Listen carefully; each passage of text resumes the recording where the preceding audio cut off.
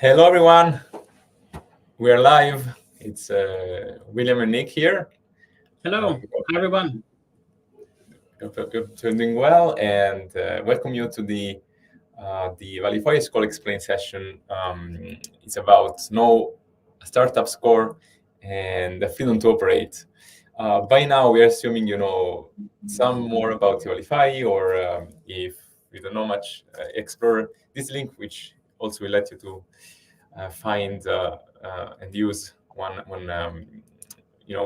a report or analysis for you. And we would like to talk today about why the score is so important. Like we have a lot of trust in what we build, because when there are some situations where investors need to have a yes or no decision in a timely manner, the score can come to help that type of situation. And we know that they spend usually 3 minutes or less than that per pitch deck. So with Evalify, we don't want to give them extra work to do. That's why the existence of the score has been introduced. And maybe like we just, we do this Q&A already. But because you're the product executive on this, like what is the Evalify score and how it is derived? Right, so hi everyone. Thanks for the question. I think, probably it's even worth to recap very quickly about Evalify and how we got to the score first, and then we jump straight into the score. So Evalify, for everyone who's hearing about evaluate, validate, and verify, Evalify for the first time, is a platform that allows people to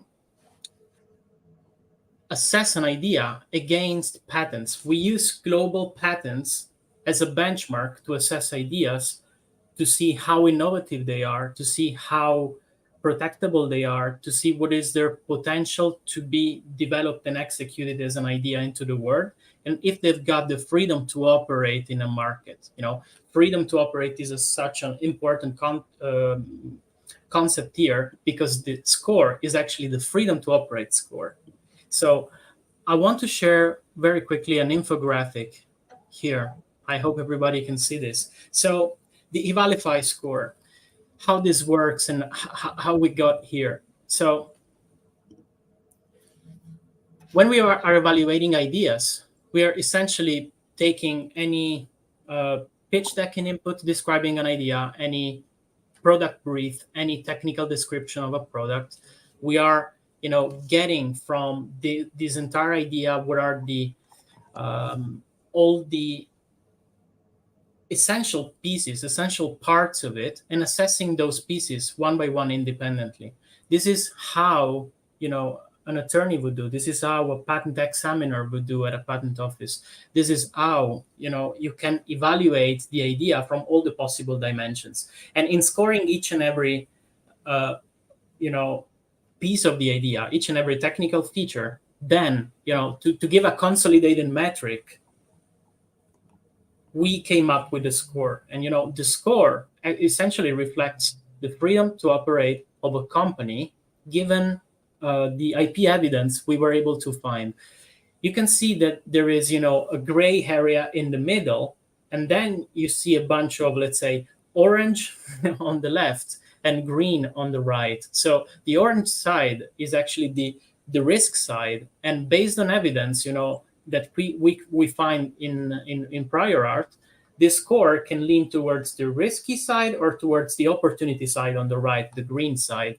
So based on evidence, we just see how that evidence, how that the several pieces of evidence we have found that say the idea is not the novel, the feature is not the novel, there is actually a player doing something very close to what you're doing, piece by piece. We're able to pick one of these, let's say, different sectors in the score, and we're able to position and differentiate among opportunities. If RBC, imagine uploading 100 pitch decks at times, and you can actually get the company name, the score, and you can rank all the companies by the score. And by doing so, you don't have any more other companies to have a look at, but potentially you have your short list of top 10, top 15, top 20 companies you may want to focus on first, because they are likely to have a higher freedom to operate score. And that is something that can help significantly in identifying gems in all the ideas and opportunities that are in your queue waiting for an evaluation. Yeah, absolutely.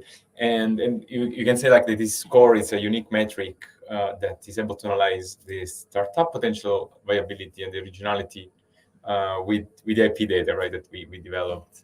Totally. Yeah. So, and then maybe we know like the audience here could be not so familiar with what is an FTO, even though you briefly explained. But I want to say like why that's also very important and crucial for startups, because on one hand, it identifies the potential patent infringements for a startup. And these type of topics usually come up later on when a company is mature and maybe it's too late. And then it also gives you a chance to be more innovative, right?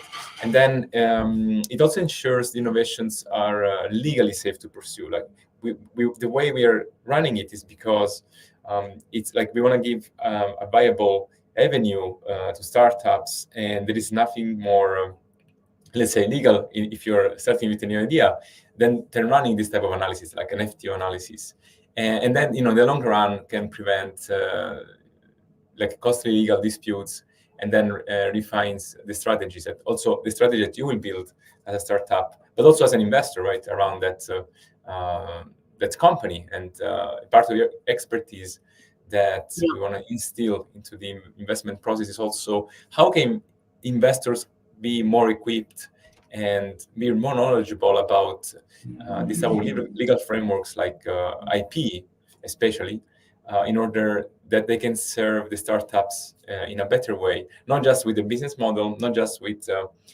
the market and TAMs and so on, but also how the investors can become a little bit more expert into the IP space. And that this is actually a way that Evalify helps them to do that. And then just to add on the FTO, like the FTO is basically the FTO analysis is vital as it helps the startups identify and avoid potential patent infringements even before they invest in these significant resources. So our FTO analysis checks the startup innovation against existing patents, and it ensures that, as we were saying before, they're not only unique but also legally safe to pursue.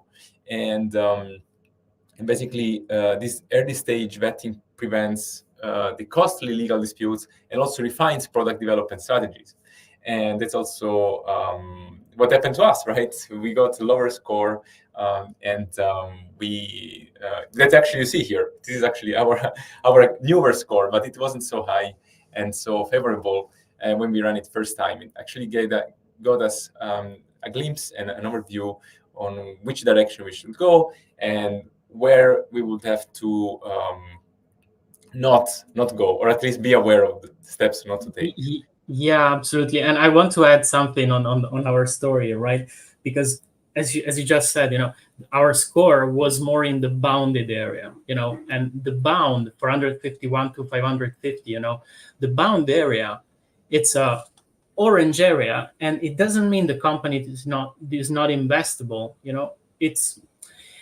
We have to get in the mindset of what patents are beyond being just legal documents. Patents are solutions to technical problems. They do document solutions to a technical problem in a way that a person that is expert in the art can read that patent, understand how to replicate a piece of tech, and learn from it, and replicate it. And we are using that wealth of knowledge essentially for evaluating companies. And also, it's important to know and understand that patents do reflect the work of R&D teams, research and development teams, when are the major patent producer typically. And what we find in patents today is actually what will be in the market in the coming years. And in the moment we assess a current idea with what is in patents, and we find that we are in the bound area, simply means that we are probably late if we're building something like that. it means that we are doing something that is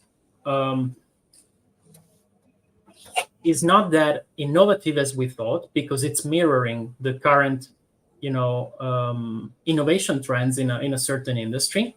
And also, it's something that is telling us these are the competitors that are around that. These are the players playing these games. These ahead in the market.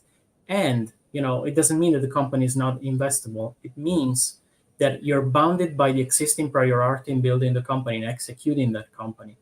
So in that area, I want to share that we learned that we were taking it from let's say from the angle which everybody was actually paying attention to, which is keep building tools that would have helped IP professionals to do their job better, faster, and cheaper. That was a moment of realization for us, because in that moment, we realized that the entire industry is actually building tools designed to help the millions of IP experts, while there's literally nothing that can help the billions of non-IP experts, like PCs, analysts, like everybody that have the need to assess ideas, have the need for maybe run quick checks with patents, but they don't know what to search, where to search, how to search. And Evalify here comes in a way that it abstracts completely all these areas for users, and it gives them information, interpreted information, not raw data, in a way that are consumable, in a way that are accessible to everyone, like a score that almost resembles the FICO score. If you're familiar with it, most probably you are if you're living in the US. And this is something that does helps everyone to relate and to score a startup against all these sections. So we started from the bound. We understood what were the elements that we needed to work on and differentiate from.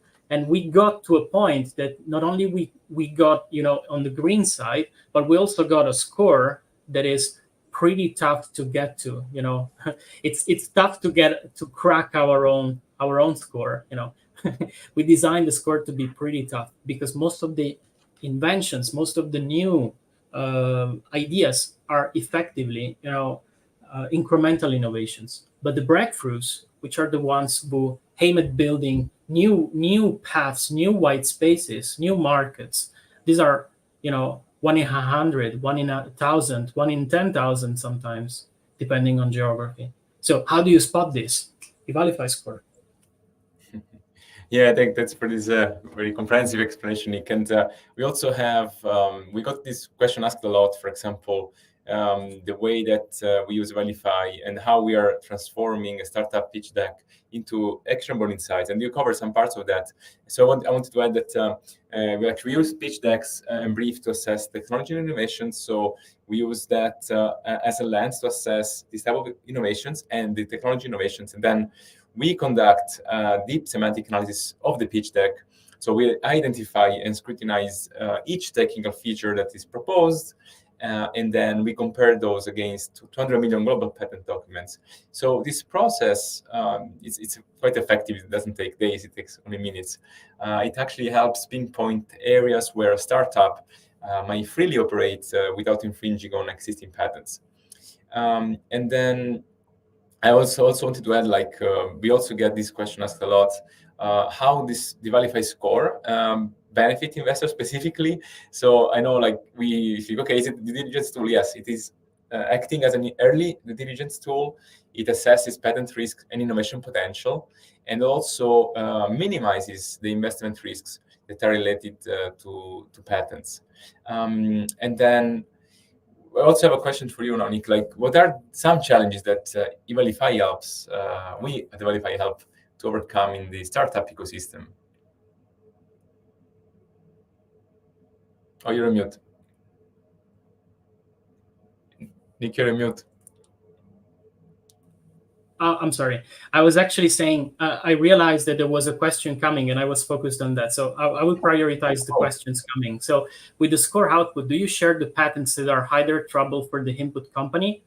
100% yes. So with the assessment, you don't only get the score, but you get feature by feature the full assessment, and feature by feature you also get the evidence and the semantic relevancy percentage for which they are, classified as being relevant or related. And they all contribute, all these patents that are very relevant do contribute to the score. Complementary to the score in this assessment, you also get the full list of the competitors and players who are actually,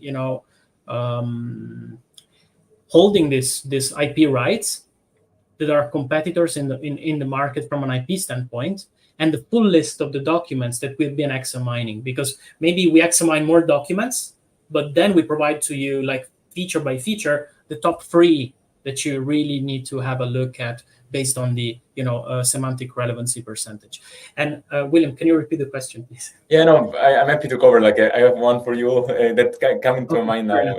How quickly the startup can receive an FTO analysis from FLA. I just wanted to add something about we help to ease some challenges to overcome for the startup ecosystem, and we address several challenges with Evalify. It's never one idea, right? Evalify is every product is some summary or an additional multiplication of ideas, right? And we include an underestimation of intellectual property, strategic value, and the complexity of navigating the patent landscapes. So many startups and investors totally overlook the importance of a comprehensive patent analysis, and this actually can lead to missed opportunities and increased risk. So we aim at simplifying this process, and we actually offer insights that empower startups to innovate within these legal boundaries, and then focus on long-term success, right? And totally. Also, let me add this. Because we see always things after they happen. The typical thing is you see on the news, like company XYZ is now has now to pay $20 million to settle in this IP infringement case, and whatever.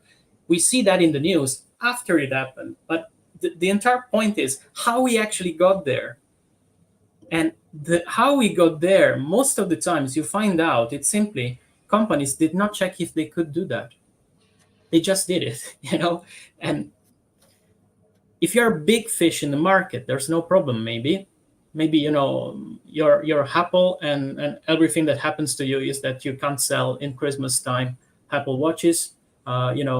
Huge setback, but company's still alive and well. But if you're a startup, you're done. These things really can shut down the business. And there are many stories we are hearing as we keep pitching and talking about Evalify from different parts of the world. We are seeing that there is this increasing trend, this increasing number in litigation cases. And that's super normal. In 1990s, we've got 37 millions. We have now 5 times that amount of patents in the world. And this is just an exponential. It can't be ignored. And if you aim to start something today, you can't afford to go in the market without checking if you can actually execute an idea, if you've got the freedom to operate in a certain market. So this is essential. This is not like a nice to have. If you don't do this, you should feel naked, because it's like you're literally on the ground and walking barefoot, and there are mines, landmines. Okay, that's what's happening, and this will increasingly be the situation. So if you don't understand this, you don't understand the game you're playing. And I want to get bold with this. If you don't understand that you should check IP first today in 2024, with the amount of patents that are there in the major markets, you don't understand which game you're playing, because then you will pay the bill when it will go to litigation. And that will only come when you've got big enough so you can pay back the litigation price and settle. So how do you stop this? FTO is the answer. You do it on day 1. It's a recurring exercise. Evalify can help you on day 1, can help you on day 100, can help you on day 500. And this is a continuous exercise to monitor the market. Just as you monitor competitors in the market, you should monitor competitors from an IP standpoint. You can learn so much. You can find even that maybe there's no need to invest in a company. It's easier to acquire that. You can use this even in merge and acquisition. You can use this in due diligence in later stages. Our best suggested use is from day one. You've got just a pitch deck before you even spend a penny or a dollar or a euro on an idea. You check if you can execute that, and you keep building on it. Absolutely, and there are different aspects. So it's a really compelling vision of why we're building Evalify as well. And just to summarize, as time is ticking. Like we get also this one asked a lot, like how fast it takes. Some companies, they have like 3 weeks that a lawyer needs to get back to you with the results. But we actually designed Evalify to deliver a preliminary FTO analysis in less than 5 minutes, and things got better, right? So this assessment makes advanced IP insights accessible, especially at the crucial early stage of a startup. We even got investors running the analysis while the founder is pitching, and then they can challenge them about competitors and understanding the score, but also understanding what's happening with the startup, why it's a risk to invest in this. And totally. Yeah, and then actually it allows you to do quick pivots and more informed decision making in the fast-paced startup environment, basically. Like we experienced, especially with the introduction of AI. And I mean, we can also wrap up with the last question, but I see there is a question here. What region of the world do you score from, and do you provide a different score based on the region? So yeah, I'll explain this. At the moment, the score. So the assessment is done up to 170 jurisdictions. So we do cover 170 jurisdictions. At the moment, we simplified the problem for VCs in just let's say selecting, do you want us to run a global check, 170 countries, or do you want us to run the check on the IP5? IP5 is a known, let's say, acronym in the IP field that simply is the 5 biggest IP markets. These are China, Europe, US, Japan, and South Korea. So they account for the majority of the patents, actually. But we can run this against IP5 or global, and we run assessments and score against these 2, let's say, large groups. We can get to a level where we want to go into, let's say, the specific countries and see how the score varies country by country. We just haven't digged into this part yet, but if this is of interest, it's absolutely feasible with the way the score is designed and the data we have and the jurisdictions we can cover. So we cover 170 countries. We can assess them independently if you wish, but it's not a current functionality. Yeah, absolutely. And then we always talk about a culture of informed creativity among startups. So we actually believe that if we provide early access to detailed patent landscapes, like we've seen with all the possible jurisdiction that we have, and even the potential infringement risks, so we can foster and nurture a culture of informed creativity. So in that way, in that world, the startups can innovate with the confidence that their products are not only original, but also they are compliant with the existing patents. And why this guidance is important is because it helps startups navigate complex IP challenges and also encourages a more sustainable and innovative business practice. So we have so many things that we are doing just starting from the IP. And of course, with the Evalify, we're just getting started. But it's like the major pain point that the industry is facing now. And as you were saying, the square is getting really crowded, and you cannot neglect the IP. And we are aware that many companies, many investors, many startups are not even, they don't have this type of mentality embedded in their decision-making process. And we believe that this is a value that we can provide. Totally. And as we say to many of our early investors, and they fully back us and support us with this. If we do things right in the next months, if you're a startup and aim to enter Y Combinator, for instance, you may not get into unless you've got at least 601. This is the life-changing thing. This is, let's say, the change we want to see in the industry. This is what we want to show, what we want to bring in the startup ecosystem, because we've got no clue about IP so far. The first time we hear in the same sentence founders, VCs, and patents or IP, it's probably Series A. It's too late. It's too late, because we keep postponing these things because they are expensive. They take time, because of many other, even maybe good reasons. But one way to use that wealth of knowledge on day one to inform better companies creation, less risky decisions on investments, is to use patents as a benchmark to evaluate ideas.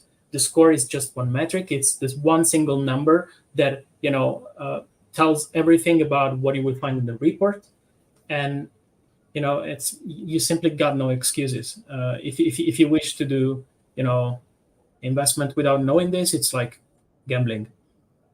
Yeah, absolutely.